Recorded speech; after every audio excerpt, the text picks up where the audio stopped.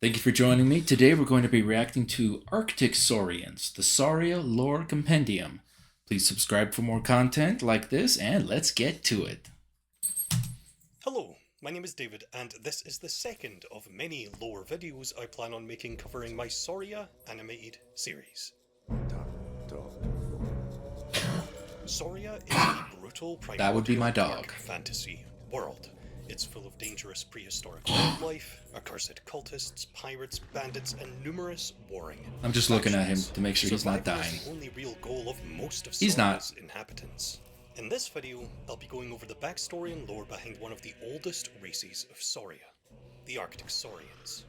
This is a race of mysterious and ancient, nomadic and secretive hunter-gatherers who live deep within the dangerous, wild lands of SAURIA.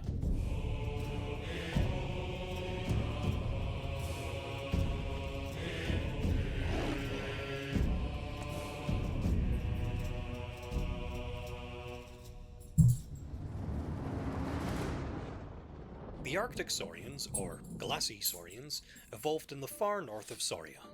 Here, because of the colder habitats they originated from, the glassy Saurians have adapted many superficially mammalian traits. Features like fleshier faces with bigger noses and hairier bodies with beards and eyebrows. The Arctic Saurians are among the most ancient of the Saurian races, but despite this long history, they are, and have always been, fairly humble people. The race live in tiny family groups, usually only consisting of a mating pair and their children, living hunter-gatherer lifestyles deep within the wilderness. The more untouched and remote, the better. They may have originated in the far north of SAURIA, but this race was once widespread across the entire region when the land was far wilder than it is now. With the wilds shrinking as other Saurian factions have appeared and disappeared, moved in, moved out, fought each other and gone extinct, being such reclusive people who prefer to live in untouched wilderness, what remains of the Arctic Saurian people have been pushed all the way back to their Arctic homelands.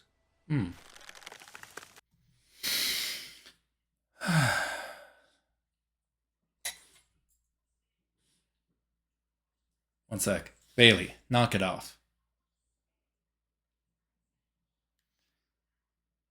I got nothing.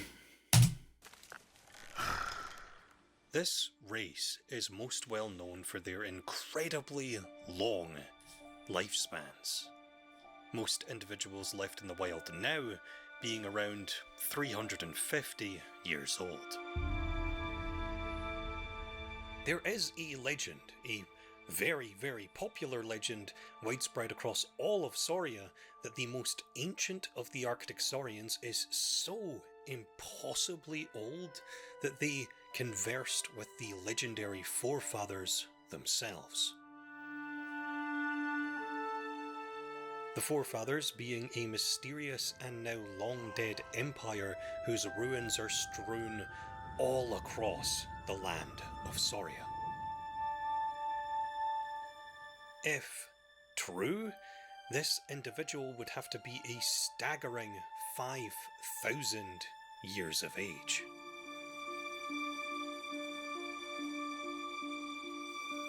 Due to their secretiveness and rarity, most Saurian factions doubt the very existence of this race. Just fairy tales of ancient, humble, elusive people, secretive and impossibly old observers that have watched the continent split. They've watched mountains clash, and they've watched entire empires rise and fall and rise again. There's a part of me that likes that kind of a life, being isolated from others, just living on my own. But then I wake up, and I like being in a family and having friends.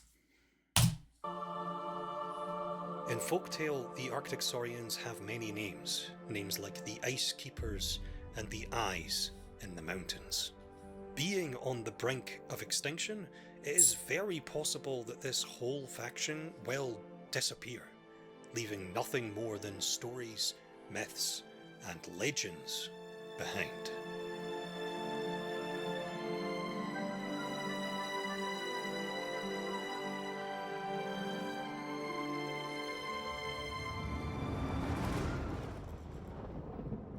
The Arctic Saurians, unlike most other Saurian races, do not really belong to a larger collective named clan, as they don't cross paths often enough to form much of a collective culture beyond a few basic but very strong shared beliefs.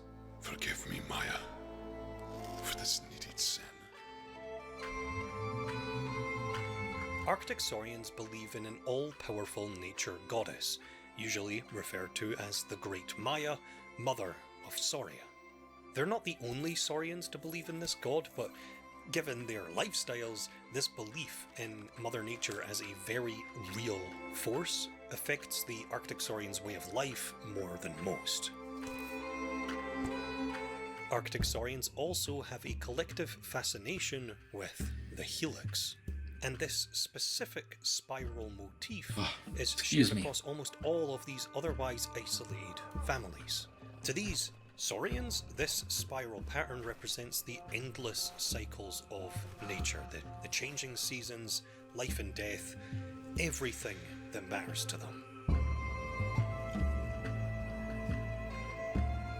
Life and death, the everlasting helix, all as one.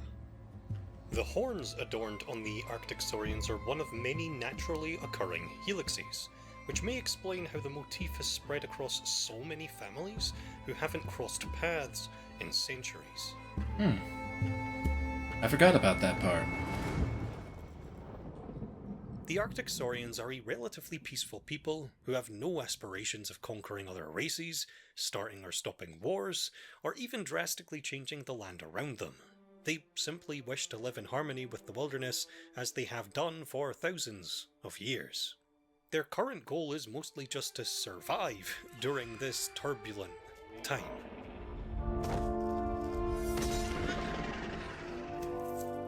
The recent Blue Song invasion into Sauria's wilds has been especially difficult for them. As the Blue Song expand, they're unwittingly pushing these small Arctic Saurian family groups further and further apart. Those who do still live are very, very old. These Saurians were already a very vulnerable race due to their reclusiveness, but are now nearly extinct.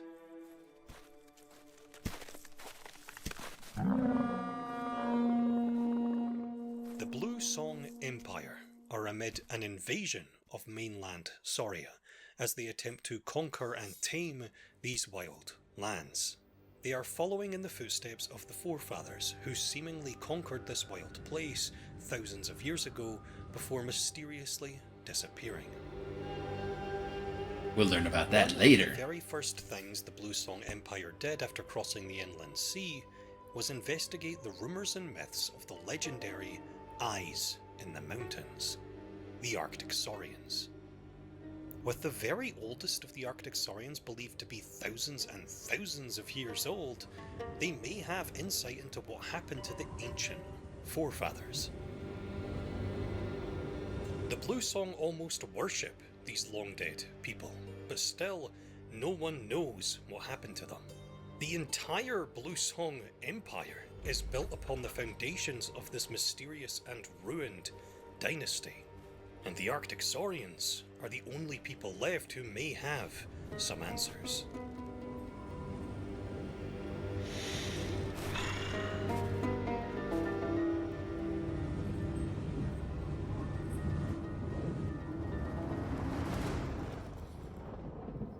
Forgive me, Maya, for this needed sin. I take all I must. No more, no less. And I pray that this child of yours may see you once again. Helionyx is a pretty typical example of an Arctic Saurian. A mostly peaceful, reclusive, nomadic hunter-gatherer living deep within the wilds. He has a respect for the natural world around him, its beauty and its harshness. He is a believer of the great Maya, mother of Sauria, and he is very, very old. How old? Most Arctic Saurians flee from the expanding reach of the other Saurian factions in an effort to avoid attention. But Helionyx has started to take an active part in defending his territory from invaders. He keeps an eye on the Blue Song patrols, he kills any poachers that may enter his domain, and he even aids the animals that have been affected by these invading threats. That Doing explains well, it. I see. Good. Good. I thought I remember that, but my memory was a little shaky. I'm so glad I watched this again because that clarified that clarifies things.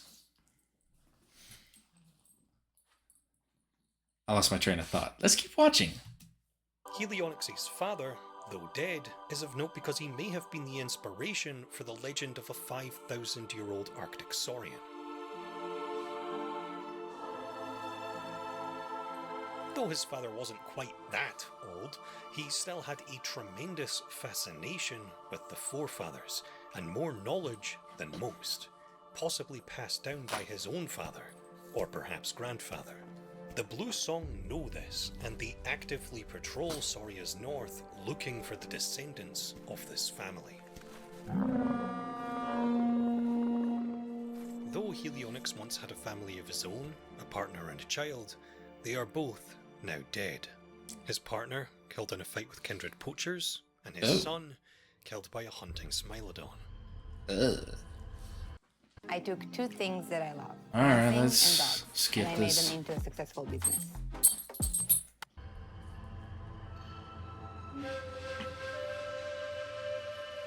It was the final loss of his son that pushed Helionyx to lose all faith in how he lives and what he believes.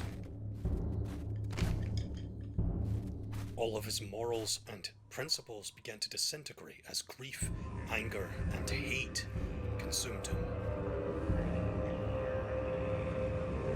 The very natural world he reveres and defends has taken the last thing he had.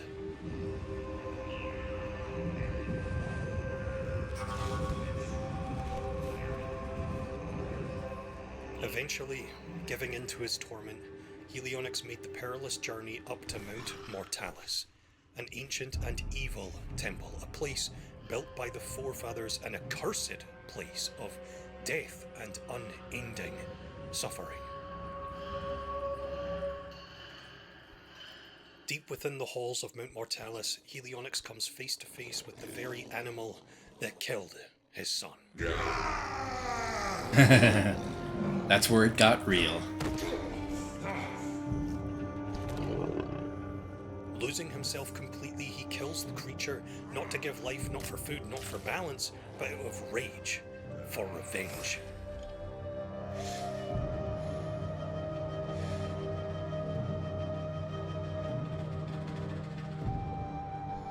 The Smilodon was a mother, a parent, just like himself. She was simply hunting to provide for her cub.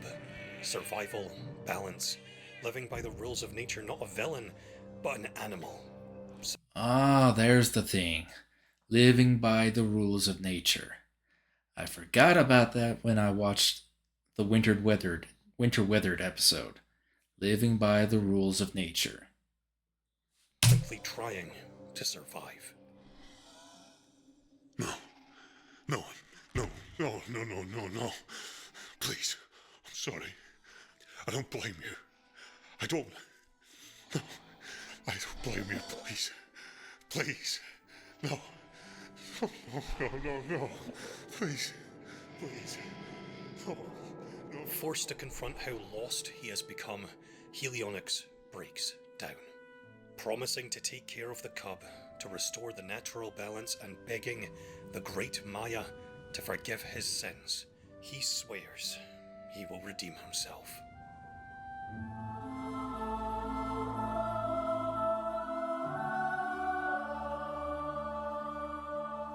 And that's it. That's pretty much all I have written down for the Arctic Saurians so far.